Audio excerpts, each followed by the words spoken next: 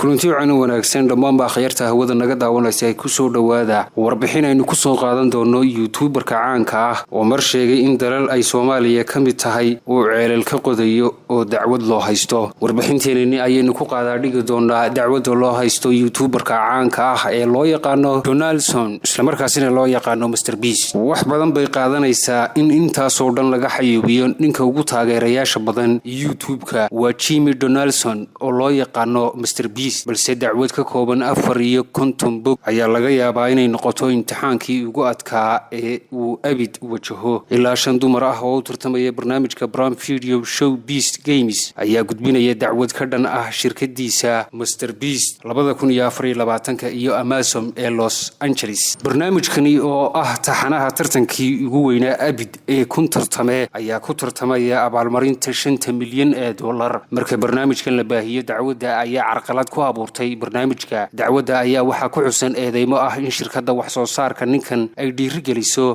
dhaqan ah nin jeclaysi. Waxay taasi dhaawacaysaa sumcadda Mr Beast ee inuu yahay mid ka mid ah dadka ugu wanaagsan dhinaca baraha ee internetka. Qaar ka mid ah tartamayaasha ayaa sheegay inaan cunto fiican la siin isla markaasina ay aad u daalanayeen. Cunadu ma ahayn mid ku filan dadka, taasoo halis gelisay caafimaadka tartamayaasha sida ay sheegeen. Waxay sidoo kale tartamayaashu sheegeen in goobta lagu shaqaynayay aanay ahayn mid aan wanaagsanayn. Bishii August, New York Times ayaa la hadashay qaar ka mid ah tartamayaasha barnaamijka oo aan markaasi la shaacin, waxayna sheegeen in dhowr qof isbitaalka la dhigay iyada oo mid ka mid ah uu sheegay in ilaa 20 saacadood aan wax cunno ah la siin. Tartamayaasha ayaa sidoo kale sheegay in dawooyinkooda aan lagu siin waqtigii loogu talagalay. BBC-da ayaa la xiriiray Mr Beast iyo Amazon, balse weli kama hadlin arrintani. Marka eedaymahani ma dhaawici doonaan boqorka caanimada ee YouTube-ka sidii uu ku soo caanbaxay. Mr Beast sanadkan uguma horeyn in eedeymo loo jeediyo, mar walbana uu ka dabaalan jiray waxyaabaha ama eedeymaha lagu qabsado.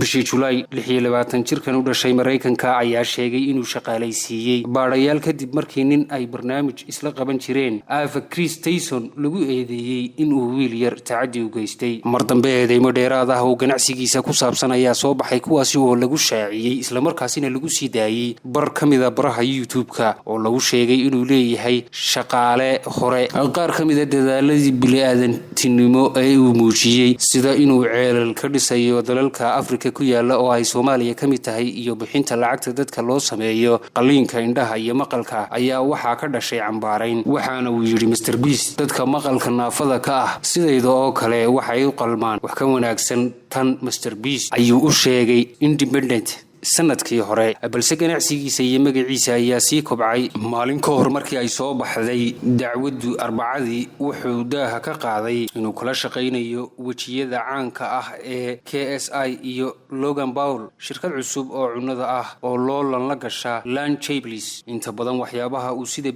bini'aadantinimada leh u sameeyo waa kuwo aan muran badan dhalin, sida inuu guryo dadka siiyo lacag iyo gawaari, kuwaas oo uu ku kasbaday sumcad ahaan inuu ka mid yahay ragga ugu wanaagsan baraha internetka. Sida laga soo xigtay bartiisa internetka, ilaa 25 milyan oo qof oo daafaha dunida ku kala nool ayuu cunno u qaybiyay. Dadka ayaa weli ku sii qulqulaya baraha bulshada. Bishii June wuxuu hantay taageerayaal ku filan in bartiisa YouTube-ku ay noqoto tan ugu weyn caalamka. Sida laga soo xigtay barta Social Blade ee la socota baraha bulshada, Mr Beast ayaa ilaa 5 milyan oo taageerayaal dheeraad ah hantay 30 maalmood ee u dambeeyay oo kaliya. Balse waxyaabaha aan la ogaan karin ayaa ah inta qof ee taageerada kala laabatay bartiisa iyo dadka joojiyay inay daawadaan muuqaaladiisa. Raaligelinta YouTube-ka ma aha YouTuberka kaliya ee caanimadiisu ay muran dhalisay. Qaar kale ayaa wajahay eedeymo ka daran kuwa Mr Beast iyaga oo aan wax raaligelin bulsho ah bixin. Logan Paul ayaa cambaarin loo jeediyay sanadkii 2018 kadib markii uu baahiyay muuqaal uu ka sii daayay bartiisa ay ku xidhan yihiin 15 milyan